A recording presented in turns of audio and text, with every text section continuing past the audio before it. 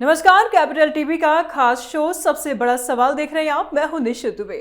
PM Modi 5 देशों के 6 दिवसीय विदेश यात्रा पर हैं। पीएम मोदी के यूएई यात्रा ने भारत को मजबूती दी।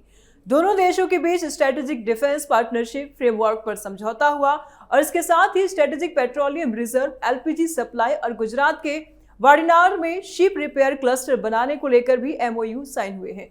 सबसे बड़ी राहत ये रही कि यूएई की तरफ से भारत के इंफ्रास्ट्रक्चर सेक्टर, आरबीएल बैंक और सम्मान कैपिटल में $5 अरब निवेश का ऐलान किया गया। वहीं दूसरी तरफ भारत में ब्रिक्स देशों की बैठक ईरान वार पर बेनतीजा रहा। भारत की कोशिशों के बावजूद सहमति नहीं बन पाई।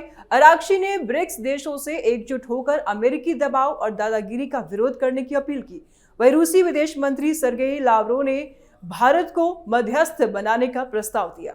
यूएई और कई देशों के विरोध के चलते ईरान समर्थित प्रस्ताव अटक गया। भारत को केवल चेयर स्टेटमेंट जारी कर बैठक समाप्त करनी पड़ी। सबसे बड़ा सवाल है, संकट की इस घड़ी में यूएई और रूस भारत की ओर देख रहे हैं। क्या भारत संकट मोचक बनकर उभरा है? इस पर चर्चा के लिए मेरे साथ स्टूडियो में मौजूद हैं कैपिटल टीवी के editor in chief doctor Manish Kumar. बहुत बहुत स्वागत है सर आपका। धन्यवाद। दुनिया की निगाह है सर भारत की ओर। देखिए, एक पुराना प्रॉवर्ब है, the man who laughs last laughs best. जो आखिर में हंसता है वही बेस्ट है। कारण अभी जरा देखिए क्या डिप्लोमेसी है प्रधानमंत्री। मैं बार बार कहता हूं, ये चाणक्य हैं, ग्लोबल चाणक्य हैं ये। अभी कहां है पाकिस्तान? दूरबीन लगाओ देखो। और ये कहां है हिंदुस्तान के वो लीडर्स जो कहते थे कि देखो पाकिस्तान की डिप्लोमेसी कहां चली गई, हम लोग हार गए, हम लोग ये हो गए, हम लोग। ये इंटरनेशनल पॉलिटिक्स है। जल्दीबाजी में अपने आप को एक्सपोज नहीं करना चाहिए, जो राहुल गांधी ने कर दिया, केजरीवाल ने कर दिया, और जनता इन लोगों को इसलिए सबक सिखाती है। आंख चुकी है जनता। अभी आप देखिए कि क्या हो रहा है। प्रधानमंत्री मोदी, अभी युद्ध चल रहा है ना भाई, और वहां युद्ध में शामिल जो सबसे, जिसको कहते हैं भुक्तभोगी देश है यूएई, वहां जाकर के खड़े होकर के कह रहे हैं कि ईरान जो है, जो हमला कर रहा है वो ठीक नहीं है। और अरागची जो है वो इंडिया में है। आप समझिए बात को। एक खबर जो कहीं नहीं आई थी, नेतन्याहू और प्रधानमंत्री मोदी, इस युद्ध के पहले बहुत सारा क्रिटिसिज्म हुआ कि युद्ध शुरू होने से पहले मोदी क्यों चले गए इजराइल, क्यों मिले।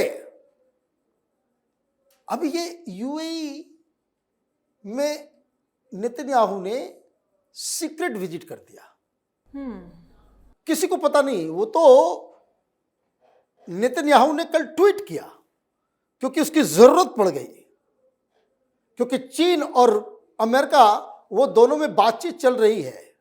वहां चीन पे ये दबाव डाला जा रहा है कि ईरान को तुम बोलो, तुम ही इसको सारा मदद कर रहे हो, सारा कुछ कर रहे हो। चीन जो ईरान की जो आर्मी है वो तुम्हारे ऊपर निर्भर है, तुरंत इसको खुलवाओ, हॉर्मुज को। और उधर इजराइल ने क्या कहा? इजराइल ने कहा कि ट्रंप उधर से आदेश दे, डील नहीं हुआ तो फिर ईरान को मारेंगे। आज ट्रंप ने भी कह दिया ईरान को फिर मारेंगे।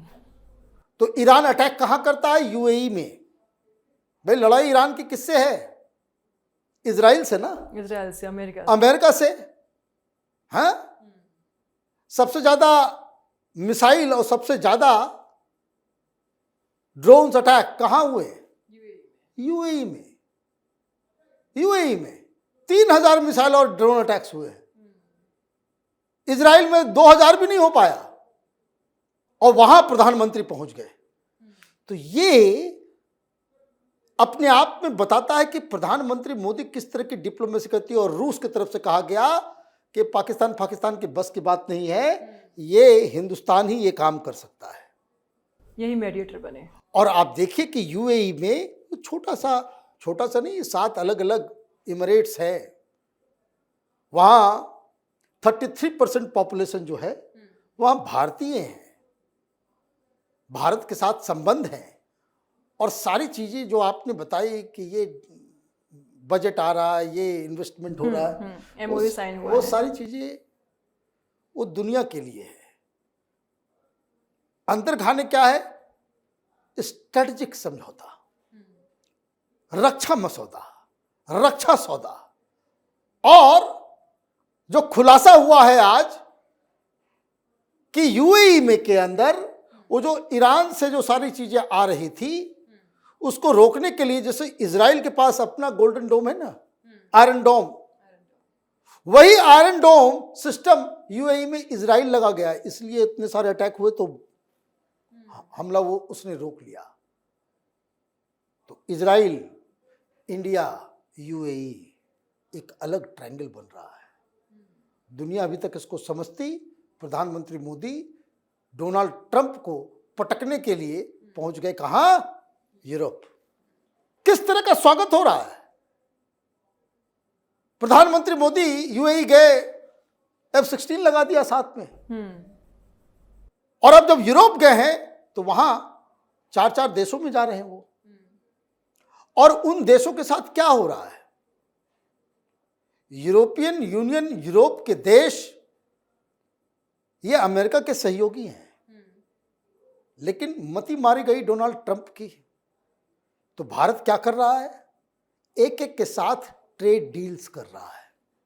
और 4 देशों की यात्रा ऑलरेडी, फ्रांस, इटली तो जा ही रहे हैं लास्ट में, यूके हो गया, फ्रांस हो गया, सबके साथ फ्री ट्रेड का मतलब जीरो टैरिफ।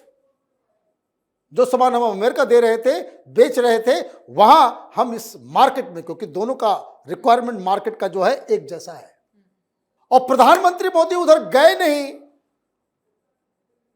कल रात खबर आ गई, अमेरिका हड़बड़ाया ऐसा परेशान हो कि 4 लोगों को, डेलीगेशन को भेज रहा है कि भाई अब इंडिया के साथ ट्रेड डील जो है फाइनल करो, अब गलती हो गई, लेट्स फाइनलाइज दिस। इंडिया बोल रहा है कि चलो भाई करते रहो ना, टैरिफ खेलते हैं, तुम भी खेलो हम भी खेलते हैं, कौन कितने दिन तक टिकता है।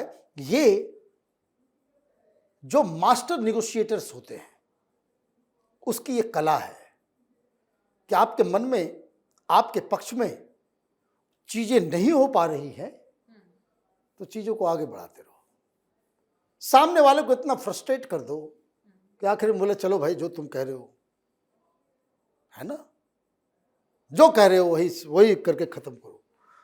बहुत सारी महिलाएं होती हैं ना, सामान खरीदने जाती हैं, वो आजिज कर देती हैं। दुकानदार बोलता है भाई ठीक है मैडम जो चाहिए ले लो।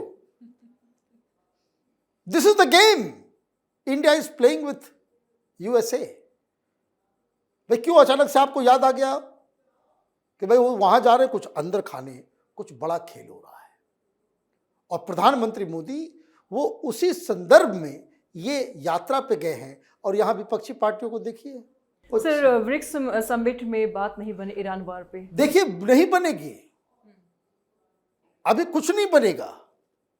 कारण सर? उसका कारण यह है कि जिस तरीके के जो आप उसके ऊपर शर्त रख रहे हैं कि हार्मोस खोलो, अपने न्यूक्लियर जो इनरिच्ड यूरेनियम है उसको हैंड ओवर करो, 20 साल तक तुम कोई न्यूक्लियर प्रोग्राम या मिसाइल प्रोग्राम नहीं चलाओगे, तब जाकर के शांति। वो तो ईरान मानेगा नहीं, ये इस तरीके से खत्म नहीं होने वाला। और हिंदुस्तान में क्या चल रहा है? हिंदुस्तान में बस लग गए कि भाई महंगाई महंगाई महंगाई। 3 रुपया बढ़ाया गया, 3% ऑलमोस्ट। अखिलेश यादव ने बोला साइकिल और सारे लोग जो है वो, भाई साइकिल पे तो आप पहले से चल रहे हो है ना। 3% बढ़ाया गया है। पूरी दुनिया की अगर लिस्ट देखिए, सबसे नीचे बॉटम में है कि युद्ध के बाद से कहीं 40% तो कहीं 50%, कहीं 30%, ज्यादातर देशों में 30% से ज्यादा ऑयल की कीमत जो है वो बढ़ गई। भारत को इन्होंने बचा के रखा। और ये प्रॉब्लम कोई हिंदुस्तान की सरकार की प्रॉब्लम नहीं है, it's a global problem. Corona के समय बहुत सारे स्टेप्स लिए गए, वो हमारे क्रिएटेड थोड़े थे। वो चाइना ने वायरस भेज दिया, पूरी दुनिया परेशान होगी, पूरी दुनिया में चीजें हो रही है, तो उसका असर हिंदुस्तान पे भी तो होगा। हम लोग आइसोलेटेड थोड़ी हैं। भाई कॉलोनी में आग लगेगी, आपके घर में धुआं नहीं आएगा? आग भले ना लगे, धुआं तो पहुंचेगा। अब कोई बिल्कुल ही आइसोलेटेड है ग्लोबल इकोनॉमी से, तब वहां इंपैक्ट नहीं होगा। लेकिन हम लोग तो इंटीग्रेटेड है, तो उसका इंपैक्ट होगा। डोनाल्ड ट्रंप कुछ बोलते हैं, यहां स्टॉक एक्सचेंज में जो है हाहाकार मच जाता है। तो ये सारी चीजें हैं। मुझे लग रहा है प्रधानमंत्री मोदी ये जो ट्रिप है उससे 2-3 चीजें कर रहे हैं। हिंदुस्तान की साख, जिस तरह से रूस ने कहा कि मीडिएटर जो है इंडिया ही हो सकता है, तो ये अपने आप में एक बड़ा अचीवमेंट है। बहुत शुक्रिया सर तमाम जानकारी। धन्यवाद। तो भारत विश्व में अपना डंका बजवा रहा है। संकट के इस घड़ी में जहां दुनिया तेल और डीजल पर त्राहिमाम कर रही है, तो वही भारत अपनी ताकत बढ़ा रहा है।